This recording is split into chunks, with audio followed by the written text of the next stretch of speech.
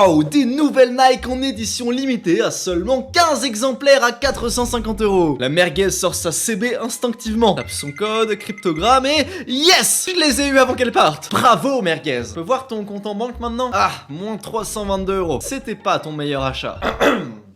Le Hunter.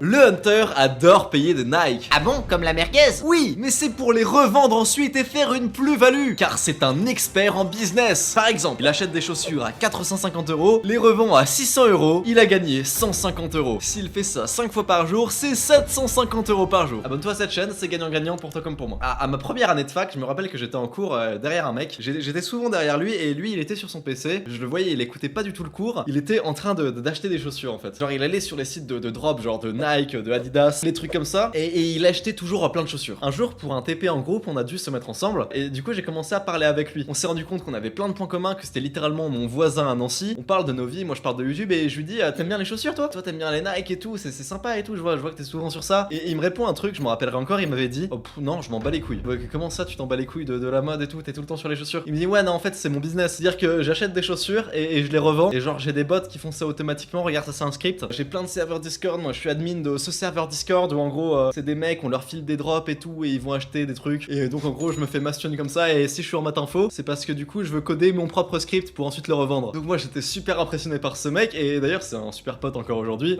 il va peut-être regarder cette vidéo. Coucou Théo, je t'aime, t'es beau. Bref, vous avez compris pourquoi je vous fais cette intro, pourquoi je vous raconte ça, c'est pour vous dire que y a des mecs qui achètent des chaussures et en achetant des chaussures ils gagnent de l'argent. Donc oui, c'était pour vous dire qu'il y a des achats qui vous rendront riche. Alors évidemment ce que je viens de vous raconter c'est la forme d'investissement la plus basique, c'est l'achat-revente directement. Le bénéfice il est direct et plus t'achètes, plus tu gagnes d'argent. Mais il y a d'autres trucs, d'autres achats en rapport plus avec l'éducation, la santé, qui marchent bien et qui peuvent vraiment vous rendre plus riche. J'en ai pensé à 12 et c'est ce dont je vais parler dans cette vidéo. D'ailleurs, restez bien jusqu'à la fin puisque ça va aller crescendo. On va dire que les premiers conseils ça va être les moins utiles et les derniers conseils ça va être ceux qui sont les plus rentables et le dernier c'est celui qui vaut le plus cher. Quel est l'achat le plus rentable? On commence avec le premier, numéro 1, investis dans ta santé. Qu'est-ce que ça veut dire investir dans sa santé? Pourquoi ça va te rendre riche? Ça veut dire déjà achète de la bonne bouffe, des aliments simples, pas transformés, assez léger, pas trop chimique, c'est-à-dire faut que tu regardes les étiquettes derrière les aliments et si tu vois des trucs que tu comprends pas avec 10 000 abréviations, tu prends pas. Faut que les trucs soient simples. Parce que c'est ça qui va faire que tu vas travailler ou non. Je te garantis qu'avec un deep work, le moment où tu vas rester focus 3 heures, peut-être à réviser, peut-être à faire une vidéo, peut-être à faire ce genre de choses. Si t'as mangé un truc léger juste avant, pas transformé, comparé à si t'as mangé un McDo, le deep work sera pas du tout le même. De la même manière, je te conseille très fortement de te prendre un abonnement à la salle de sport. Pour le coup, c'est une bonne habitude à implémenter, mais plutôt le soir si t'as ce côté plutôt business dans ta vie. Parce que si t'y vas le matin, je pense que t'as un peu moins d'énergie pour travailler. Donc moi ce que je te conseillerais c'est d'abord de travailler et ensuite aller à la salle de sport le soir. Donc dans ces deux trucs là, investis dans de la bouffe, dans de la salle de sport, mais également dans une application qui te permet de traquer ce que tu manges. Moi je te conseille MyFitnessPal. C'est génial parce que tu connais tout, tu connais ton total de maintien, tu sais ce que tu dois manger, si tu dois prendre de la masse, si tu dois perdre du gras, tu sais toujours ce que tu as à faire, c'est beaucoup plus simple, ça te facilite la vie. Et bien sûr que ça va te rendre plus riche parce que comme on le dit, il y a un esprit sain dans un corps sain. Si à l'extérieur ça va, à l'intérieur ça va aussi. Si t'es sain dans ta vie, t'as les idées plus claires, tu peux avoir de meilleures idées implémentées dans ton business, tu peux travailler plus dur, faire plus d'argent. Je te conseille aussi d'acheter des compléments alimentaires. Oméga 3 multivitamines, peut-être c'est le truc indispensable. Après le reste, tu vas prendre des protéines et machin, on s'en fout. Mais oméga 3 multivitamines, je suis sûr que tout le monde devrait en prendre. Pas tant pour les bienfaits que ça, même si ça a plein de bienfaits, mais surtout parce que faut les prendre tous les jours et tu peux les implémenter dans une routine. Donc c'est un début de discipline. Moi je me rappelle que je faisais ça à ma première année de fac. Tous les matins, je prenais mes putains de compléments alimentaires juste avant d'aller à la salle de sport. C'était mon début de discipline. C'est-à-dire tu fais ton lit, c'est le premier truc, tu manges tes compléments alimentaires, c'est le deuxième truc. Et là t'es déjà pas mal avancé dans la journée, t'es déjà dans le flow, tu vois. Et enfin le dernier truc que je te dirais d'acheter en rapport avec ta santé, c'est un coach, genre un coach de sport. J'avais payé un coach de sport pendant 3 ou 4 mois l'année dernière à chaque fois que j'allais à la salle. Et honnêtement c'est peut-être un des meilleurs investissements de ma vie parce que depuis je suis un putain de monstre en muscu. Et je sais que ça en a pas l'air parce que je suis léger, je fais 58 kilos, j'ai pas des gros bras, je suis pas énorme. Pourtant je peux vous assurer qu'en street workout je gère tout, j'ai les muscle up faciles, le front lever facile, les drapeaux faciles. Mais même en muscu j'ai un bon niveau, c'est-à-dire que pour 58 kilos, je peux te faire des tractions lestées à 40-50 kilos, je te soulève la barre de développé couché à 100 kilos facile. Genre j'ai vraiment un bon niveau en street et aussi en muscu, surtout pour mon poids. Bah ça c'est parce que j'avais un coach. Et je te dis pas de garder le coach tout le temps, je te dis de le payer 1 ou 2 mois, même quelques séances. En fait juste l'argent que tu veux mettre dedans tu le mets dans le coach, parce que en fait tu vas faire plein d'exercices avec lui et tu vas te rendre compte qu'il y a plein d'exercices que tu faisais mal avant, qu'il y a plein de gym bro à la salle qui t'ont dit ouais place tes pieds comme ça pendant un développé couché, ici fais attention à ton bras. En fait tu écouteras les conseils d'un vrai professionnel, un mec qui sait ce qu'il raconte. Ça va te permettre de quasiment jamais te blesser. T'es sûr que si t'as payé un coach et que t'as fait toutes les machines avec lui, qui t'a dit comment faire, tu sais exactement quoi faire sur chaque machine pour ne pas te blesser. Donc déjà ça c'est super rentable parce que tu vas pas perdre les quelques mois voire quelques années au total dans toute ta vie dans lesquelles tu pourras pas pratiquer parce que tu auras les muscles pétés. Moi c'est ce qui m'a vraiment permis d'apprendre le drapeau. Littéralement j'avais un coach, on va dire son truc de prédilection c'était de faire le drapeau et il m'a montré comment le faire. Il m'a dit Lohan tu suis cette routine, en 2 mois t'as le drapeau. J'ai suivi la routine, en 3 semaines j'avais le drapeau. Alors que je pensais que c'était impossible de faire le drapeau, j'ai réussi à le faire en 3 semaines avec sa routine. Donc vraiment si t'as un objectif précis en tête, dis-le à ton coach et tu vas voir que tu vas réussir en fait. Et de même pour la boxe, moi je m'entraîne pas avec n'importe qui, j'ai pris Orlando. Le mec c'est un putain de coach, c'est le tout premier français à être à l'UFC, je crois qu'il est 6 fois champion du monde en boxe thaï, en kickboxing. Évidemment que ce mec est meilleur que tous les autres coachs genre de Nancy en boxe. Numéro 2, investis dans ton apparence. Et oui je sais, j'ai dit au début, oui les Nike on s'en fout machin, c'est pas ça. L'idée c'est que tu peux acheter des Nike à 400 balles si ça peut te servir dans certains réseaux tu vois. Bon en vrai de vrai il y a assez peu de réseaux où t'as besoin de Nike. Par contre ce que je te conseille vraiment c'est 100 livres en un jour qui disait ça. Dès que tu vas à un endroit n'hésite pas à porter une chemise. Alors lui il dit les costumes carrément et tout. Je dirais pas que c'est une mauvaise idée mais je pense que si c'est pas ton genre de mettre des costards et que t'es pas à l'aise dans un costard, mieux vaut juste une chemise plus simple parce que si t'es pas à l'aise c'est pas bien. Mais rien que le fait de venir en chemise, d'avoir un chino noir un peu stylé, des jolies chaussures, quand tu vas prendre rendez-vous avec ta banquière ou avec ton comptable ou avec ton avocat, bisous maître.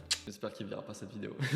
Bref, ça fait plus sérieux. Et même on va dire, tu sais, faut pas cramer son argent dans les Rolex. Je suis d'accord, hein, si t'as 10 000 euros sur ton compte bancaire, mets pas 10 000 euros dans une montre. Mais si t'es très riche, tu vois, et que tu peux mettre 10 000 euros dans une montre parce que ça peut peut-être t'aider, les gens peuvent te voir plus street cred dans certains endroits, certains milieux où il y a des gens très riches et où t'as besoin de réseauter, je trouverais pas ça con d'acheter la Rolex à 10 000 balles ou même si t'es pas friqué, achète un truc comme ça. Ça coûte pas du tout 10 000 balles, ça coûte 100 balles, mais tu vois, ça fait stylé, on dirait vraiment une montre de riche. Alors qu'en vrai, c'est pas du tout un truc de riche, c'est 100 balles. C'est Emporio Armani la marque. Mais ça fait bien en plus sur un homme, ça rend masculin, c'est pas mal. Ou même les fausses Rolex, tu vois ce que je veux dire. Si t'as pas de thune pour une vraie Rolex, c'est pas grave, achète-en une fausse et puis de toute façon personne fait la différence. J'ai un ami, je dirais pas son nom parce que ça se fait pas de raconter ça, mais il a une fausse Rolex et du coup quand il est avec des riches, c'est super street cred la Rolex qu'il a. Également, je te conseille pour ton apparence d'acheter des crèmes, peut-être du maquillage avant chaque entretien, avant chaque rendez-vous, même si tu passes à la télé, ce genre de truc. N'hésite pas juste à mettre de l'anti-cerne vite fait, tu vois. Si t'as une meuf ou si t'as une mère, j'espère que t'as une mère qui a encore envie, tu vois. Demande-lui comment ça fonctionne l'anti-cerne et apprends-le par toi-même et achète-en pour aussi pouvoir t'en mettre toi-même. Non mais pas tout le temps, mais sache comment ça fonctionne parce que ça peut être utile. Et un autre truc que je te dirais de pas sous-estimer, c'est les dents. C'est-à-dire si t'as les dents pourries, n'hésite pas à sortir les plusieurs centaines, voire peut-être plusieurs milliers d'euros qu'il faut pour arranger ton sourire parce que c'est peut-être le truc qui se voit le plus sur le visage si c'est pas beau. Donc vraiment, n'hésite pas à te mettre les appareils dentaires, les trucs là, même si t'es plus âgé. Ok, pendant 2 ans tu seras moche et t'auras un sourire dégueulasse, mais après tu le regretteras pas. Numéro 3, paye tes dettes. C'est Yomi qui disait ça. Il faut avoir le moins de dettes possible. Dès que t'as une dette, tu la payes direct. Je pense que le bail de payer sa voiture en X fois sur plusieurs années, c'est une très mauvaise idée. Je pense que tu devrais tout économiser et payer en cash, tu vois ce que je veux dire. En fait, il faut vraiment se dire que payer une voiture à crédit, c'est voler de l'argent à ton toit du futur parce que tu sais, il y a des intérêts sur quand tu payes à crédit. Donc chaque mois, c'est moins cher, mais au global, t'as payé plus. Alors que si juste t'avais économisé l'argent que tu dois pour le crédit chaque mois, tu l'aurais eu la voiture d'un coup moins cher, t'aurais eu plus de visu aussi, t'aurais pas été endetté et devoir dépenser une certaine somme chaque mois. C'est assez fou, mais je trouve que payer une voiture à crédit, c'est ça, c'est voler de l'argent à son toit du futur. Parce que quand tu regardes ton compte en banque, tu vois que la voiture que tu peux te payer actuellement, elle te fait pas plaisir à ton ego, elle te correspond pas, elle est pas assez belle. Du coup, par ego, tu vas prendre de l'argent à ton toit du futur pour te payer maintenant la voiture que tu peux pas te payer. Alors que tu pourrais juste économiser. Non, je pense que si t'as pas de thune et que t'as besoin d'une voiture, achète une voiture pas ouf. Ou alors économise pour plus tard t'acheter vraiment une voiture ouf, mais quand tu pourras directement. Ma grand-mère disait ça, avoir des dettes c'est super mauvais. T'arrives pas à penser à long terme parce que t'as juste besoin d'avoir du cash tout de suite pour payer ce que tu dois payer ce mois-ci. Et t'arrives pas à penser long terme, t'arrives pas à bâtir des projets. Donc ne t'endette jamais. Et si t'as des dettes, essaye de les régler le plus vite possible. Numéro 4, investis dans ton éducation. C'est des livres, c'est des masterclass, c'est des formations, c'est des coachings. Encore une fois, je sais qu'on est dans cette niche de make money, tout ça. Je te parle pas forcément des coachings genre d'entrepreneurs ou de mecs comme ça, mais genre je te parle de coaching sportif, de coaching de badminton, de trucs comme ça. En fait, tout ce qui peut te développer. Pareil pour les masterclass, pareil pour les formations. C'est même pas en mode oui, achète ma formation, je n'ai pas de formation à te vendre. Mais faut vraiment pas hésiter, selon moi, à investir pour sa connaissance, pour du knowledge et surtout investir dans des livres. Le meilleur investissement que tu puisses faire actuellement pour 27 balles, c'est le livre Dotcom Secrets. C'est le livre absolument fou à lire. Évidemment, il y a tous les classiques, Père riche, Père pauvre, l'autoroute du millionnaire. Je les ai pas lus, mais j'ai vu tellement de gens les résumer sur YouTube aux États-Unis que je sais très bien ce qu'ils disent. Je me suis très bien imprégné des principes, même si je les ai jamais lus. Et moi, celui que je te conseillerais vraiment, c'est celui qui s'appelle Be Obsessed or Be Average de Grant Cardone. Alors, il y a rien d'intelligent là-dedans. T'auras pas vraiment de knowledge ou de trucs scientifiques ou de trucs sur la productivité. Par contre, ce que tu vas avoir, c'est une putain de dose de motivation, surtout si tu l'écoutes en audio. Et ça n'a pas de prix. Tu sais, on dit ouais, la motivation, c'est pas ouf, c'est mieux la discipline. Et oui, je suis d'accord. Mais si t'as le choix pour être motivé motivé ou être discipliné à faire quelque chose, mieux vaut être motivé, parce que quand t'es motivé, au moins tu prends du plaisir. Donc oui, la putain de dose de motivation que te donne Be Obsessed or Be Average quand tu le lis, c'est un truc de fou. Et c'est pareil avec le livre Can't Hurt Me de David Goggins. Je te conseille vraiment tous ces livres, ça va t'offrir une putain de motivation et ça n'a vraiment pas de prix. Numéro 5, cinquième achat qui va te rendre riche, un garage. Ouais, là c'est très concret. Achète un garage. Globalement, un garage c'est quoi? C'est un investissement locatif qui coûte 10 000 balles. C'est-à-dire si t'es dans cette niche un peu business en ligne, tous ces trucs là, 10 000 balles de côté, c'est ce que tu peux faire. Tu sais, genre ta première année, surtout si tu vis chez tes parents, tu peux les faire facilement en un an les 10 000 balles. Et genre t'as 16 ans, tu fais ton truc en ligne sur internet, au bout d'un an à tryhard, bon tu les as les 10 000 balles. Et bah avec ces 10 000 balles que t'as là, t'achètes un garage. Et je vais te dire pourquoi. Grâce à Nadir justement, j'avais découvert assez jeune au lycée un livre qui s'appelle Investir dans les garages et les parkings de Julien Bédoué. Le mec t'explique tout ce qu'il y a à savoir pour acheter un garage. Tu te rends compte que l'investissement c'est un investissement de fou parce que c'est quasiment pas d'entretien, c'est beaucoup mieux que n'importe quel truc d'immobilier, c'est pas cher et surtout, et le gros point de pourquoi je te dis ça, c'est parce que ça va te faire rentrer un premier pied dans l'investissement immobilier. Faut bien commencer quelque part et t'as pas 100 000 balles à mettre dans un appartement. Par contre 10 000 balles dans un garage, frère, tu les as. Et c'est mieux de mettre 10 000 balles dans un garage qui va sûrement prendre en valeur que 10 000 balles que tu laisses dormir sur ton compte. Je te conseille très fortement d'acheter un garage parce que ce sera le début de ton patrimoine immobilier. Si tu trouves aucun locataire, on s'en bat les couilles parce que t'as pas fait d'emprunt pour avoir les 10 000 balles pour payer le garage. C'est 10 000 balles qui viennent de toi. Donc c'est pas grave si tu trouves pas de locataire tout de suite, t'es pas en train de perdre de l'argent. Dans le pire des cas, tu le revends direct, tu regagnes 10 000 balles. Et si tu trouves un locataire, bon bah voilà, c'est génial, c'est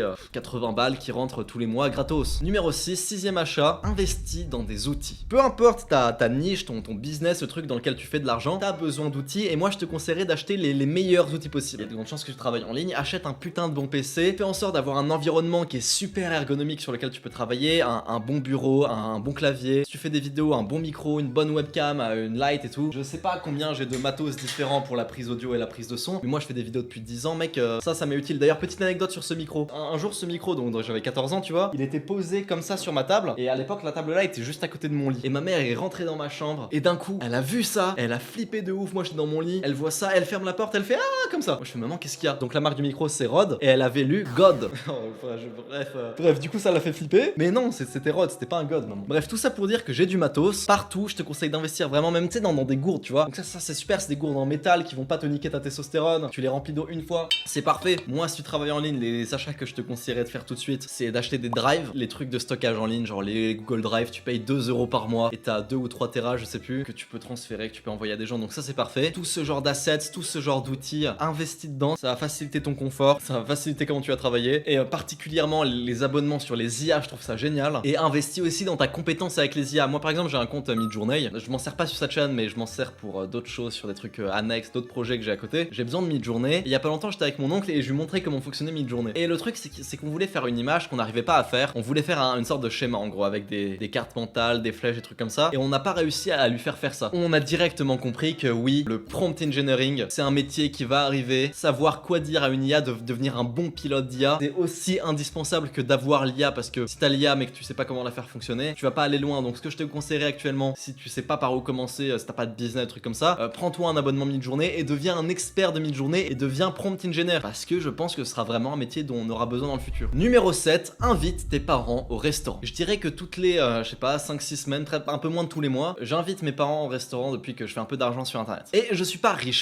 C'est-à-dire c'est pas une dépense que je m'en fous. Quand je paye la note, je suis pas au bout de ma vie, mais je suis en mode, je suis conscient de cet argent, je suis conscient qu'il part. Et bah du coup ça m'oblige tous les mois à faire en plus cette somme d'argent, parce que je sais que ok, bon, un restaurant avec mes parents c'est quoi, c'est 100 balles, il faut que je trouve un moyen d'automatiser 100 balles par mois en plus gratos juste pour payer ce resto. Et voilà, moi je dis ça, mais c'est parce que c'est ce que je fais, mais c'est juste l'idée, t'as compris, tu peux faire plein d'autres trucs, tu peux te payer un resto avec ton pote, tu peux, je sais pas, si t'as une copine, qu'elle vient un peu loin, tu lui payes le train toutes les semaines ou tous les mois pour venir te voir, comme ça tu fais d'une pierre deux coups, tu fais plaisir à tes proches, tu augmentes ton confort de vie et du coup tu t'obliges à faire plus d'argent, parce que ouais, quand t'es dans la merde, c'est là que tu les trouves la thune. J'étais au Japon là avec Kélian était à moins je sais pas combien sur son compte quand on est rentré du Japon, parce qu'il avait pas fait de vidéo, ce genre de truc. Il lui fallait genre 800 € à payer pour son loyer, je sais plus quoi, et il a réussi à les faire en 2 jours, les 800 €. Si t'as besoin d'argent, tu le trouves l'argent, y a pas de souci. En gros, c'est pour que tu t'obliges à te dire dans ta tête, ok, tous les mois faut que je fasse rentrer en plus tant de cash flow qui va me servir à rien, qui va pas me faire croître, mais c'est pour ma meuf, mon pote, ma famille. Numéro 8, investis dans du réseau. Qu'est-ce que ça veut dire investir dans du réseau? Le réseau, c'est sûrement un des assets les plus importants. En plus, c'est un asset qui est dit antifragile. Alors antifragile, bon, ça fait un peu bandeur de dire ça comme ça. J'ai l'impression qu'antifragile c'est le nouveau mot à la mode pour dire résilient. Mais bref, vous avez compris. Le réseau peut te faire aller super loin. En discutant avec une seule personne, tu peux doubler, tripler ton chiffre d'affaires. Et comment on développe son réseau? Globalement, il faut être quelqu'un qu'on a envie envie de fréquenter. Et comment on est quelqu'un qu'on a envie de fréquenter, on augmente sa valeur. Donc investir pour augmenter sa valeur, ça passe par évidemment plein de trucs, ça passe par avoir un bon business, avoir une chaîne YouTube, tous ces trucs là, tu sais très bien de quoi on parle, mais ça passe pas que par ça. On peut investir plus directement, et comme je disais avant, on peut investir dans une Rolex. Avoir une Rolex, tu vois, c'est un outil de réseautage. Ça peut te permettre de fréquenter des mecs high value, tu vois, des gens comme ça, qui peuvent te kiffer, rigoler avec toi. Pareil, tu peux investir dans une formation, si t'as des problèmes pour parler en public, dans une formation qui t'apprend à avoir du charisme, là comme Stéphane Massalagne, et il est trop drôle.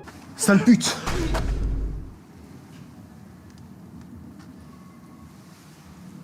Je crois que j'ai pas bien entendu. Bon, tu vois, ça c'est un coach en charisme, ça a l'air un peu bullshit comme ça, mais je pense que c'est un vrai problème, les gens qui ont pas de charisme, et je pense que payer un coach en charisme, ça peut marcher pour de vrai, tu vois, en dehors de la vanne. Ça, c'est aussi un asset qui va augmenter ton réseau, parce que oui, si t'as de meilleurs skills sociaux, tu pourras avoir un meilleur réseau. Également, tu peux offrir des cadeaux à des gens, ça peut leur donner envie de faire des trucs avec toi. Là, typiquement, je reçois souvent des mails qui me disent: ouais, Lohan, je veux travailler avec toi, je veux faire tes montages, tes miniatures, je veux traduire tes vidéos, regarde, je t'envoie un extrait de ta vidéo que j'ai traduite en anglais. Et donc, tu vois, le mec a fait un effort de doublage par-dessus ma voix. En plus, il a mis les effets, il a mis la musique, il a fait un vrai effort. Et parfois, genre, il t'envoie directement une miniature gratuitement sans rien que t'aies à faire. Bon, en général, je travaille pas avec ces gens-là parce que j'ai déjà mon équipe. Mais ce que je fais à chaque fois déjà, c'est que je leur réponds. Je prends la peine de répondre à ces gens-là. Je leur fais merci pour ton temps et tout. Malheureusement, actuellement, je peux pas travailler avec toi. Mais écoute, je te garde en contact et c'est pas impossible que je te recontacte. Et je le pense sincèrement. Je dis pas ça au mec pour lui faire plaisir. Si un jour tu m'envoies un mail et que je te dis j'ai pas besoin de toi pour le moment, mais c'est pas impossible que je te recontacte, c'est que vraiment je peux te recontacter par la suite. Et donc, t'auras investi dans ton réseau à partir de ça. Numéro 9, les voyages. Et je te parle pas de voyager genre les vacances, rester à un hôtel, un peu rien foutre. Je te parle de voyage, je te parle de découvrir des cultures. Je te parle de partir seul ou avec 2-3 potes dans un nouvel endroit, un peu partir à l'inconnu, à l'aventure. Et je te dis pas ça en mode oui, va pécho des meufs en boîte, je sais pas où. Non, je te parle pas de ça. Je te parle vraiment de t'imprégner d'une nouvelle culture parce que ça peut te faire avoir de nouvelles idées. Moi par exemple, je te donne un exemple. Comme je t'ai dit il y a pas longtemps, j'ai été au Japon. Et au Japon, j'ai découvert un truc de ouf, c'est que tous les 10 mètres, on va dire, dans la rue, et c'est pas une blague, hein, je maxe pas, tous les 10 mètres, il y a une sorte de distributeur de boissons. C'est-à-dire tu mets de l'argent ou alors tu peux directement payer même avec la carte de métro, tu vois, et tu reçois la boisson que tu veux, mais il y en a mais partout de ces trucs là au Japon. Je me suis demandé d'où ça venait, je me suis demandé si c'était la ville qui faisait ça, et en fait non. On va dire que là-bas, les distributeurs de boissons, c'est genre l'investissement du bon père de famille de base, c'est le premier investissement que tu fais. C'est un truc qui doit coûter, je sais pas, 200-300 000 yens, et c'est ton premier vrai investissement. Alors que chez nous en France, tu vois, le premier investissement, gros investissement qu'on ferait, ce serait typiquement peut-être un petit appart ou peut-être des garages comme je t'avais vu avant. Et tu vois, rien que de voir ça, ça m'a un peu ouvert l'esprit. Je me suis dit mais putain, pourquoi j'achète pas un distributeur automatique de boissons aussi? Bon, alors en fait c'est plus compliqué en France parce qu'il y a des règles, il y a des lois vis-à-vis de ça. Donc bon, je vais pas le faire. Mais ce que je veux dire, c'est que tu vois, il y a différentes cultures dans lesquelles tu peux t'imprégner et créer de nouvelles idées de business grâce à ça. En plus, ça te permet aussi, bon, je veux pas faire le mec, genre oui, expatriation, la France c'est de la merde, mais quand même la France c'est pas, les gens ont une mentalité un peu nulle, je trouve. Du coup, pouvoir un peu sortir de la matrice et aller voir d'autres gens, d'autres cultures où les gens sont vraiment humains, vraiment sympas, comprennent ce que c'est la vraie vie et sont pas des relous matrixés par les études, des trucs comme ça fait vraiment du bien. Donc rien que pour ça, ça vaut le coup, tu vois. Numéro 10, 10e achat à faire, ce serait l'investissement. Et oui, là tu me dis, Lohan, fils de pute, tous les achats que tu m'as dit depuis le début, c'est de l'investissement. Bon, quand je dis investissement, globalement, c'est investissement classique. C'est-à-dire les trucs genre PEA, assurance vie, parce qu'il faut considérer ça comme des achats. Je pense que tous les mois, à partir de maintenant, là, dès ce soir, là, dès tout de suite, ouvre-toi là tout de suite une assurance vie ou un PEA. N'importe quoi, un truc en ligne à 5, 6, 7% peut-être. Et tous les mois, tu mets 200 balles dedans. Si tu peux pas mettre 200 balles, tu mets 10 euros dedans. Tu mets l'argent que tu peux. Et je te dis pas compte sur ça pour être riche. Je te dis pas évidemment en mode, tu sais, rat race, oui, mets tant d'argent tous les mois et puis regarde, avec les intérêts composés, à la fin tu seras millionnaire. C'est pas ça que je suis en train de te dire. Je te conseille juste de pas laisser dormir ton argent. Et évidemment, et des projets, investis dans tes boîtes, dans tes business, ce genre de trucs, et compte sur ça pour devenir riche. Mais également, et ce filet de sécurité au cas où il se passe une grosse merde, au cas où, je sais pas, tu chopes un cancer, ta mère a un cancer, et que tu puisses sortir d'un coup 15 000 balles pour une opération pour ta mère. Moi, actuellement, de côté, j'ai entre 15 et 20 000 balles, on va dire. Oui, c'est bien cet argent, maintenant je compte pas là-dessus pour devenir riche. Je sais que ça va faire beaucoup plus tard si je continue d'investir, mais c'est pas comme ça que je compte devenir riche. Je considère que c'est là pour ma retraite, et que au pire, là, s'il y a une grosse merde, que j'ai un gros problème, il faut une opération en Suisse qui va coûter 20 000 balles, bah je peux les sortir les 20 000 balles. 11e achat à faire qui va te rendre riche, embaucher quelqu'un pour la cuisine. Je sais pas si vous voyez l'extrait d'Andrew Tate qui dit ouais, pourquoi tu cuisines, t'es pauvre. You're broke! You're fucking poor! On pense ce qu'on veut d'Andrew Tate, je trouve que c'est un de ses meilleurs conseils. La cuisine, c'est pas qu'une perte de temps, mais c'est surtout une perte de focus, parce que si tu cuisines dans la journée, tu perds des points de décision. Tu sais, on a un nombre de choix de décisions limité chaque jour. Il faut pas perdre ce nombre dans des trucs inutiles, genre la cuisine, qu'est-ce que je fais? Est-ce que je vais faire des courses? Est-ce que je fais machin? Est-ce que je cuisine ça? Alors moi, j'ai pas de cuisinier chez moi, mais je vis pas tout seul, je vis avec mes parents. Et si je dois être honnête, je sais que c'est pas sexy de dire ça comme ça sur YouTube, mais je fais pas la cuisine, enfin si, je la fais, mais genre tellement rarement. C'est plutôt mes parents qui s'en occupent de ce truc là. Alors bien sûr, je Z sur d'autres trucs, tu vois, je fais fou pas rien à la maison non plus. Mais ce que je veux dire, c'est que ça, je ne m'en occupe pas. Et c'est le truc qui fait que j'arrive à beaucoup travailler tous les jours dans ma chambre. Parce que je sais que si tous les matins, vers 10h, je devais me dire, ok, qu'est-ce que je mange ce midi, vers 17h, ok, qu'est-ce que je mange ce soir, je perdrais mais tellement de points de productivité, de focus. Numéro 12. Et ça, c'est sûrement le plus important, le meilleur investissement que tu puisses faire, c'est du matos vidéo. Des assets pour une chaîne YouTube, peut-être des monteurs qui vont te servir à investir en gros dans une chaîne YouTube. Pourquoi? Tout simplement. Premièrement, c'est même pas cher. Je te dis pas d'acheter des trucs comme ça, des grosses caméras, des gros micros, je te dis pas ça. Je te dis une webcam qui fait à peu près l'affaire, ça c'est pas une caméra hein, que j'ai là, c'est une webcam Logitech à la con qui coûte 50 balles. Pareil, un micro un peu basique, une light un peu basique, ça coûte vraiment pas cher et ça te permet de faire des vidéos. Et même si c'est pas ton truc de faire des vidéos sur YouTube, je pense que c'est important d'avoir une chaîne YouTube, de au moins documenter sa vie, documenter ses échecs, même si